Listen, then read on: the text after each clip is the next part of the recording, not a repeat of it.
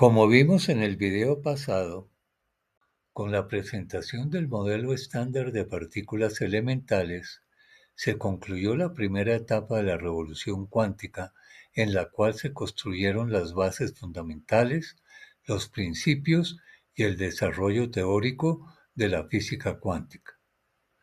A partir de 1980 comenzó la segunda revolución cuántica, la cual nos ha permitido manipular las partículas y explotar sus propiedades, como las de la superposición y el entrelazamiento, para crear nuevas tecnologías. Fue la época de la consolidación de la teoría y el control de las partículas. Los hitos más importantes acontecidos entre 1980 y comienzos de este siglo, ordenados cronológicamente, son: en 1981, el francés Alain Aspect realizó un experimento histórico en París que demostró que el entrelazamiento cuántico es real, con lo que le puso fin al debate Einstein-Bohr. Confirmó que dos partículas pueden estar conectadas a distancia de forma instantánea, violando lo que Einstein llamaba realismo local y desmintiendo la existencia de las variables ocultas. Por este hecho, a Aspect le concedieron el Premio Nobel en el año 2022.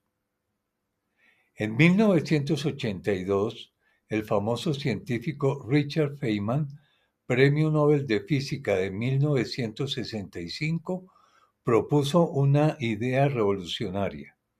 Si la naturaleza es cuántica, las computadoras clásicas nunca podrán simularla bien.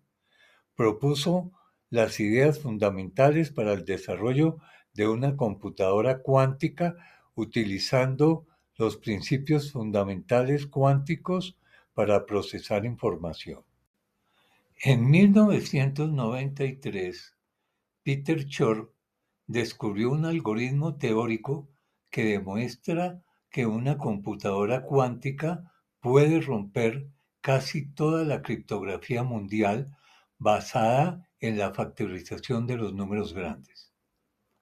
En 1994 también se demostró teóricamente y luego experimentalmente en 1997 la teletransportación cuántica, transferir el estado de una partícula a otra distante sin mover la partícula física.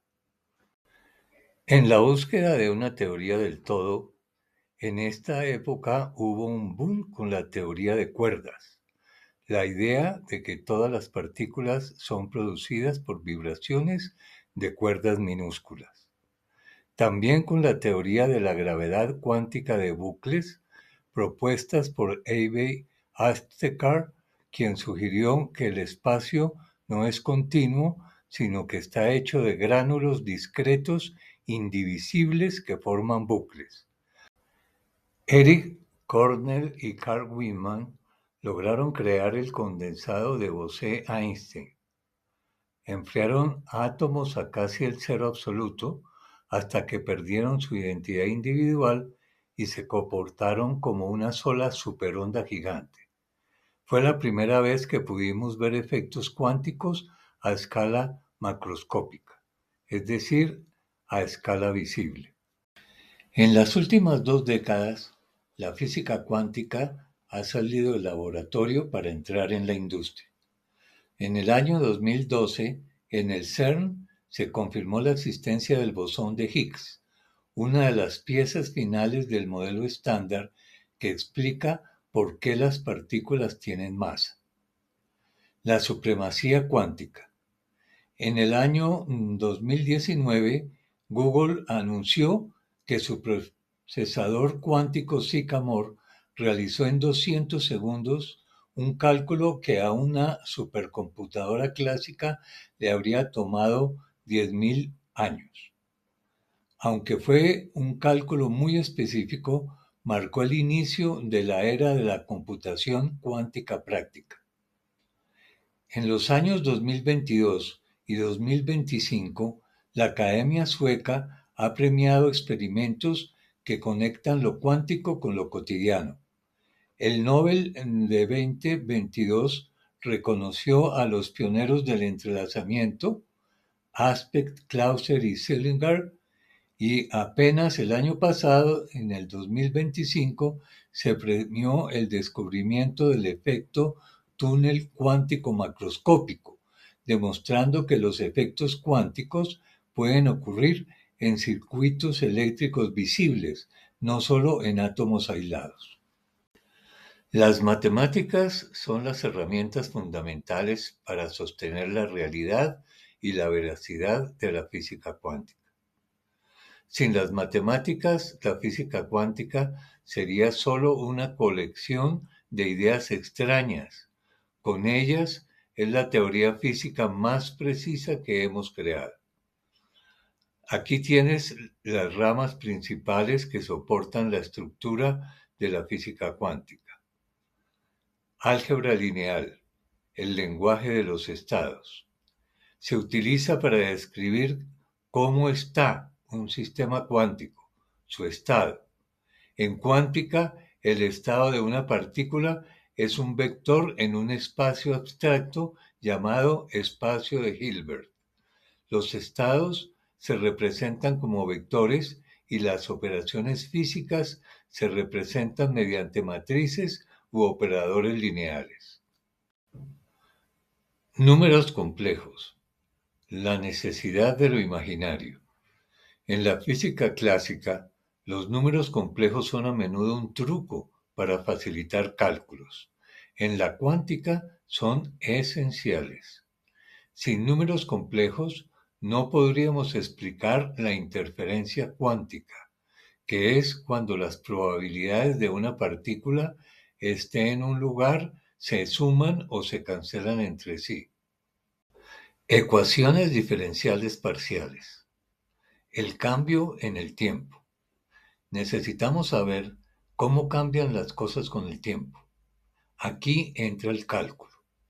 Por ejemplo, la ecuación de Schrödinger es una ecuación diferencial parcial. Describe cómo la función de onda evoluciona a medida que pasa el tiempo. Es el equivalente cuántico a la segunda ley de Newton. Fuerza es igual a masa por aceleración. Teoría de la probabilidad. La regla de Born. La cuántica es determinista en la forma en que evoluciona la onda, pero es probabilística en la manera como hacemos las mediciones. La conexión entre las matemáticas abstractas, la función de onda, y la realidad que vemos se hace a través de la estadística. La regla de Born nos dice que la probabilidad de encontrar una partícula en un punto es el cuadrado del valor absoluto de su función de onda. Teoría de grupos. El estudio de la simetría. Esta es la matemática de las simetrías. Se volvió crucial en la física de partículas, el modelo estándar. Básicamente, la teoría de grupos nos dice qué leyes físicas son posibles basándonos en la simetría del universo. Análisis funcional. Dado que los espacios donde viven las partículas cuánticas pueden tener infinitas dimensiones, el álgebra lineal simple no basta. El análisis funcional es la versión rigurosa que maneja los espacios vectoriales de dimensión infinita. Hasta aquí nuestro video de hoy. En el próximo veremos en algún detalle en qué consisten las teorías de cuerdas y la teoría de la gravedad cuántica de bucles. Hasta pronto.